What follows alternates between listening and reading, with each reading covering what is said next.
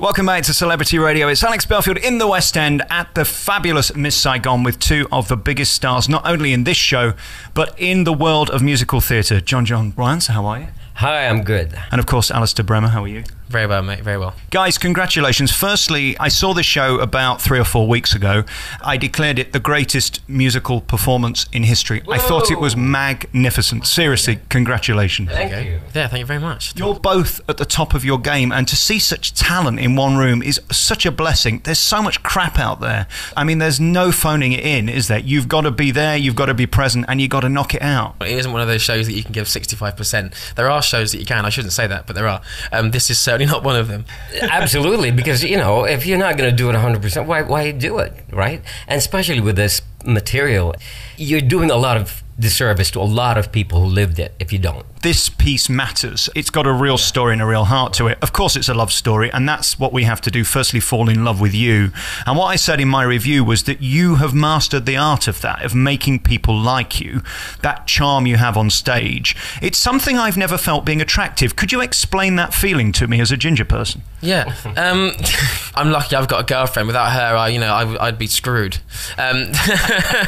Literally. No, yeah. Well, of all the roles in the show, it's the sort of the one that could be seen as, I don't want to say the easiest, but do you know what I mean? It's the one that's got the least kind of like Kim goes through so much, and John's character is so characterful. Chris can be seen as the sort of Winky Prince character, but actually he's got a lot of baggage himself, and he goes through a hell of a journey.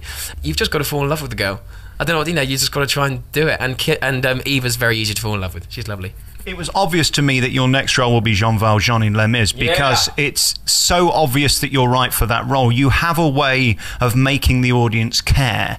I mean, when you sing your songs, they've got to be done properly, haven't they? There's no just sort of throwing it away. Every word counts. Well, you have to respect the real history of the show. It's based in actual truth. You know, like you said, there are sort of jukebox musicals that are just trying to string together, but this really has actual truth. So that's it makes our job easier. Actually, it makes us it makes your ability to truly feel more easy, because you can go and watch footage of these real people doing the same things you're doing. So it makes your life a lot easier. But it really is. You can just pluck it out, so long as you know the history, because you can't approach this without that. If you approach this without the research, it's just not the same. You've had a magnificent career. We'll get to that next. First, though, John, let's talk about you and your role as the engineer. I mean, I've never seen anybody with more consistent energy in a show that seems to love being there more than you.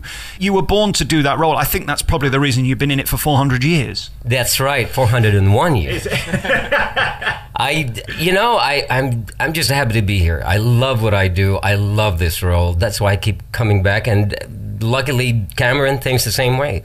And and I show my appreciation by giving my everything out there, because if I don't, I might as well go home and cook sausages.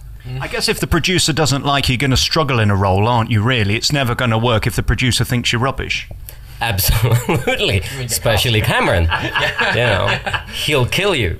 I can't remember what year it was. Was it 1989 you were first? Yeah, 1989 you first starred in this. You've done it around the world. You were in the last run of the first show. You're in the first show of the new run back in May. I mean, no greater talent, no greater compliment to your career, really, is there, that they keep having you back? You were clearly the man for the job. I don't know how to answer that. Like I said, I'm blessed. I'm fortunate that Cameron saw me again and saw that I can do some more for the role, and I'm here and I'm giving it what I can, because, like I said, it's a tribute to all the other engineers who've done this show and all the other people who've done this show, to just tell it correctly and tell it with passion and not take a break. If I may, though, if I may, it's the same way in which Cameron looked for a new person to play Madame Thénardier in The Les Mis 25th, and he had to go back to Jenny Galloway, because it's, you see a person do it so well that then trying to find a new person is just not possible. And I think that you do such a definitive character of the engineer that you just couldn't find anyone better. I agree. I mean, what's also interesting about it, when you come on with that American Dream, the last time I saw somebody do something like that in a theatre was Nathan Lane, when he was in The Producer, and he did that song Betrayed. They call it the 11 o'clock number, right towards the end, where he recaps the entire show over about 9 minutes. There's a feeling of that when you do it. I mean, it goes on and on and on, and it gets bigger and bigger and bigger. The moment before that first note starts, how do you feel? Is it one of terror or excitement? You know, that number is, it can go either way. It can go really wrong or it can go really great. That's why every time I start that number, I take a deep breath, because you need to ground yourself, and because you have a story to tell. And when you're grounded and when you are relaxed, the crowd relax with you, and then you take them on a ride. It goes up and then up again and then up again and then up again, and I think it's easier that way when you're grounded. And man, I don't know, I'm Asian, you know, it's so hard to find roles for me, but man, this is for any actor, not just Asian. This role is, It was certainly kismet you getting it, and you do it so beautifully. Let's just talk about the show as a whole. What I loved firstly in the audience was there were 7-year-olds on this side, there were 89-year-olds on this side. It's stunning how this has mass appeal.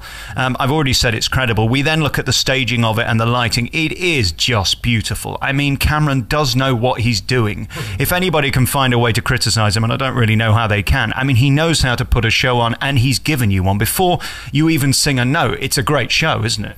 Yeah, I've seen. I don't tend to read the reviews, but I did see one that said that they were disappointed with the helicopter, and I'm like, come on! Short of having a real helicopter fly in through the back through the auditorium, and I'm sure he did consider that at some point. He can afford it, I'm sure, but it's just funny a helicopter small enough. Health and Safety said no real helicopters. Yeah, it's crazy. It's like it's very filmic as well. I think that Lawrence has done a really good job of making it so filmic, and the set is very I don't know how to describe it. It's very spiky, and it's the set's HD. Right. You know what I mean? Yeah. It's very sort of 4D. Yeah. It's got such grit and such sharp edges. It's just. I mean, I haven't officially watched it, but just looking at the set when I first walked in, it was wow. It's like, am I wearing a pair of sort of reading glasses to look at the set? It was so sharp, wasn't it? Yeah.